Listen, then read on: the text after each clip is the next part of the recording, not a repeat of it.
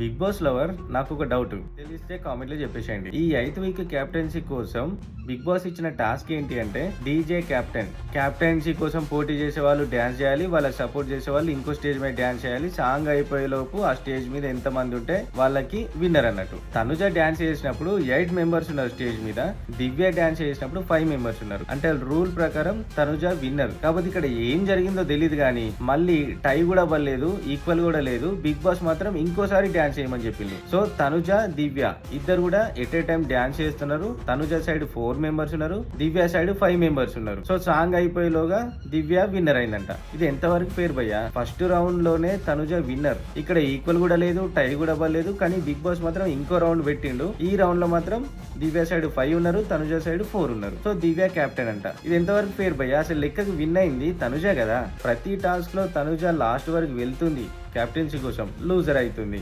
లెక్క ప్రకారం అయితే ఈ 8th వీక్ కెప్టెన్సీ తనుజకి రావాలి.